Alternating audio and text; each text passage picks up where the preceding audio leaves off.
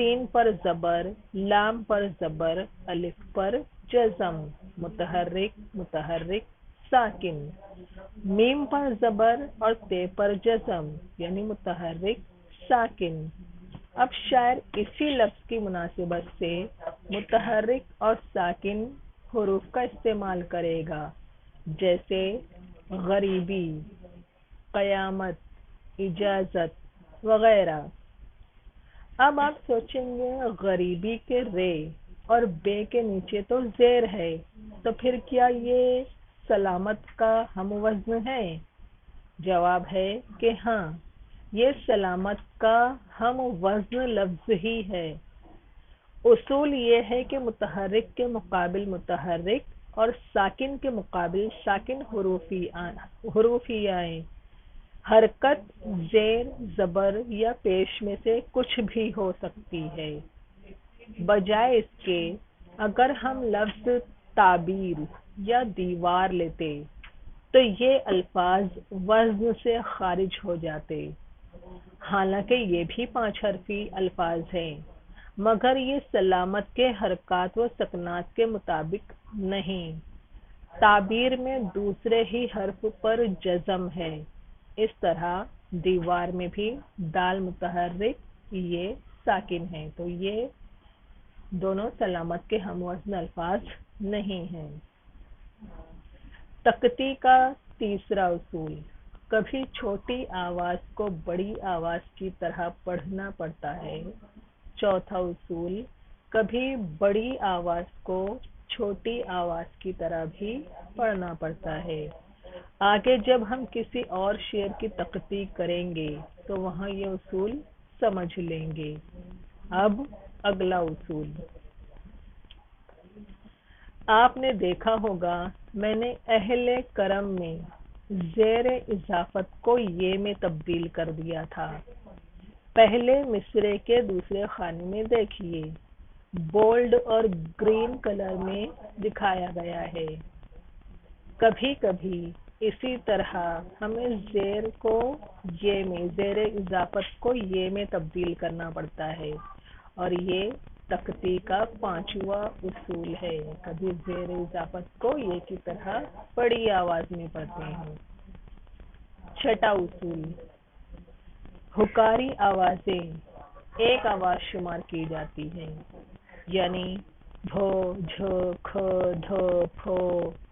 2 چشمی حروف کو ب، ج، ق، د، پ لکھیں گے، یعنی 2 چشمی ہے تختی میں شمار نہیں کی جاتی، جیسے ہم نے یہاں دیکھتے کو دیکھتے کیا تھا۔ نون گننا کو تختی میں شمار نہیں کیا جاتا، یعنی نون گننا منفرد آواز نہیں ہے، جیسے یہاں ہے سے نون گننا نکال کر اسے ہے کر دیا تھا۔ لیکن کبھی کبھی نون گننا جو میم کی آواز دے جائے اسے شمار کرتے ہیں، جیسے گنبد، عنبر، منبر۔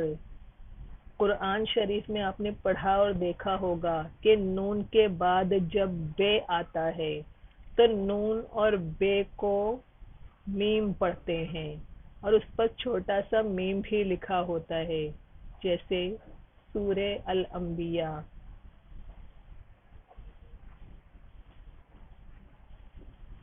تختی کا اگلا اصول، تشدید والی آوازیں 2 مانی جاتی ہیں۔ مثال کے طور پر محبت میں بے پر تشدید ہے، بے 2 بار لکھا جائے گا۔ اسی طرح عزیزت میں یہ بھی 2 بار شمار ہوگا۔ 9واں اور آخری اصول، تختی میں وہی آوازیں شمار کی جاتی ہیں جن کو ادا کیا جاتا ہے، ان کا شمار نہیں ہوتا جو صرف لکھی جاتی ہیں، ادا نہیں کی جاتی۔ جیسے دوسرے مصرعے میں میں نے ہم اپنا کو ہم اپ اور کو ار کر دیا تھا۔ اپنا کا الف اور کا واو شمار نہیں ہوا، کیونکہ یہ حروف آواز نہیں دے رہے تھے یا ہلکی آواز دے رہے تھے۔ مپ میں میم کا زیر ہی الف کی ہلکی آواز دے رہا تھا، اسی طرح اور میں واو کی ہلکی آواز تھی، اس لیے اسے تختی سے خارج کر دیا۔ یہ سارے اصول تو آپ کی کتاب میں درج ہیں، مختصراً تختی کرتے وقت آپ صرف ان باتوں کا خیال رکھیے۔ پہلا اصول، ایک حرف کے نیچے ایک اور دو حروف کے نیچے دو حروف ہوں۔ دوسرا، متحرک کے سامنے متحرک اور ساکن کے مقابل ساکن حروف آئیں۔ تیسرا، صرف ملفوظی حروف کا شمار کیا جائے، یعنی جو حروف آواز نہیں دیتے ان کا شمار نہ کیا جائے۔ ابھی مثال دیکھی ہم لوگوں نے۔ چوتھا اصول، دو چشمی ہے کا شمار نہ کیا جائے۔ پانچواں اصول، اگر دو ساکن ایک ساتھ ہوں تو دوسرے کو متحرک کر لیں۔ اس پانچویں اصول کو سمجھنے کے لیے آئیے ایک اور شعر کی تختی کر لیں۔ غزل اس نے چھیڑی مجھے ساز دینا، ذرا عمر رفتہ کو آواز دینا۔ دو الفاظ، ساز، آواز، الف اور زے دونوں پر جزم یا دونوں ساکن حروف تھے، دونوں ساکن حروف ایک ساتھ آ گئے، اس لیے ہم دوسرے حرف الف اور زے میں دوسرا حرف زے ہے تو زے پر زبر لگا کر اسے متحرک کر لیں گے، جیسے ہم نے نیچے تختی میں کیا ہے۔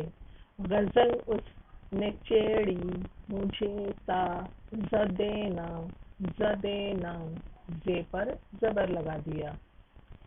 ذرا عمر رفتہ کو آواز دینا، یہاں پر آپ کو الف مد آ بھی ریڈ اور بولڈ نظر آ رہا ہوگا، وہ اس لیے کہ الف مد آ دو الف میں شمار ہوتا ہے، یعنی یہ بھی بڑی آواز ہے، پہلا متحرک اور دوسرا الف ساکن ہوتا ہے، یہ دو الف ہیں۔ تختی کے ان اصولوں اور مثالوں کو سمجھنے کے بعد ہم اس نتیجے پر پہنچے کہ تختی کچھ اور نہیں، بحر کے ارکان پر شعر کے اجزاء کو تولنے کا نام ہے۔ گویا بحر ترازو ہے، پیمانہ ہے، اور اس کے ارکان فعول، مفاعل، مستفعل، فاعلات، باٹ ہیں، جن کی مدد سے ہم شعر کے حروف کو تولتے ہیں۔ یوں تو اردو میں 19 بحریں ہیں اور ان کے الگ الگ نام، لیکن ہمیں صرف 2 بحریں سیکھنا ہے جو ہمیں دونوں جماعتوں میں کام آئے گی۔ ایک بحر متقارب مسمن سالم، جس کے رکن کا نام ہے فعول۔ دوسری بحر ہے ہزج مسمن سالم، رکن کا نام مفاعیل۔ ابھی جن 2 اشعار کی تختی ہم نے کی وہ فعول کے وزن پر تھی یا مفاعل کے، آئیے چیک کرتے ہیں۔ گدا دست اہل کرم دیکھتے ہیں۔ آپ بھی ایک بار بلند آواز سے پہلا مصرع پڑھیے۔ اب آپ فعول 4 بار پڑھیے۔ فعول، فعول، فعول، فعول۔ گدا دست اہل کرم دیکھتے ہیں۔ فعول، فعول، فعول، فعول۔ اب اسی مصرعے کو دوبارہ آپ مفاعل کے وزن پر پڑھ کر دیکھیے۔ گدا دست اہل کرم دیکھتے ہیں۔ مفاعیل، مفاعیل، مفاعیل، مفاعیل۔ چلیے دوسرا شعر بھی دیکھ لیں۔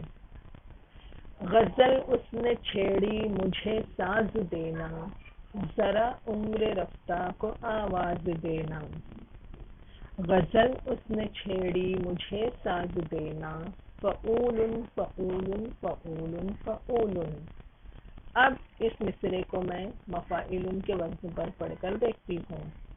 غزل اس نے چھیڑی مجھے ساز دینا، مفاعیل مفاعیل مفاعیل مفاعیل۔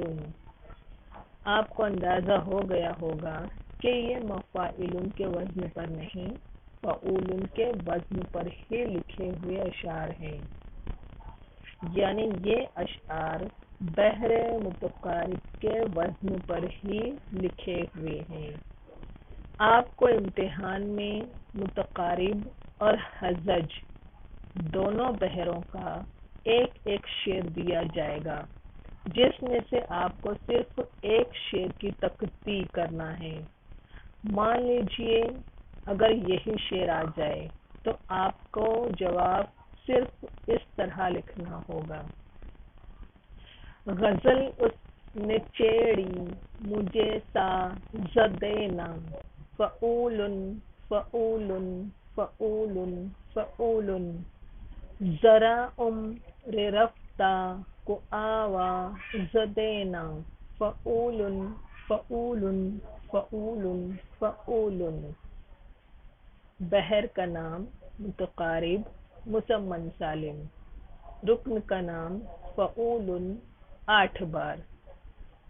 ایک بار پھر بتا دوں، رکن کا نام فعول ہو تو بحر کا نام متقارب ہی ہوگا۔ آپ دیکھیں گے فعول پورے شعر میں 8 بار آیا ہے، پہلے مصرعے میں 4 مرتبہ اور دوسرے مصرعے میں 4 مرتبہ۔ اس وجہ سے یہ بحر مسمن کہلائے گی، اور سالم اس لیے کہ فعول پر فعول ہر بار مکمل لکھا گیا ہے، کسی حصے میں بھی میں نے فعو یا فعول ادھورا نہیں لکھا، تو یہ سالم بحر بھی ہے۔ امتحان میں صرف بحر کا نام یعنی متقارب مسمن سالم لکھنے پر آپ کو آدھا نمبر مل جائے گا۔ رکن کا نام یعنی فعول 8 بار جس طرح یہاں پر لکھا ہوا ہے، اس طرح لکھنے پر آپ کو آدھا نمبر مل جائے گا۔ پہلے مصرعے کی تقطیع پر 1 اور اسی طرح دوسرے مصرعے کی تقطیع پر جیسی اوپر بتائی گئی ہے ویسا آپ لکھو گے۔ یہ 2 لائنیں لکھنے پر آپ کو 1 مارکس مل جائیں گے۔ اس طرح آپ کو ٹوٹل 3 مارکس ملیں گے۔ پیارے بچیوں، امید ہے کہ آپ کو شعر کی تقطیع کرنا سمجھ میں آ گیا ہوگا۔ آپ کی کتاب میں موجود دوسری غزل نہیں عشق سے زرد زردار میں ہوں، اگر ہے وہ یوسف خریدار میں ہوں، یہ غزل بحر متقارب پر لکھی ہوئی غزل ہی ہے۔ آپ اس غزل کے ہر شعر کی تقطیع کیجئے اور اپنے جوابات اگلے لیکچر میں ضرور چیک کیجئے گا۔ اب اجازت چاہتی ہوں۔ والسلام علیکم ورحمۃ اللہ وبرکاتہ۔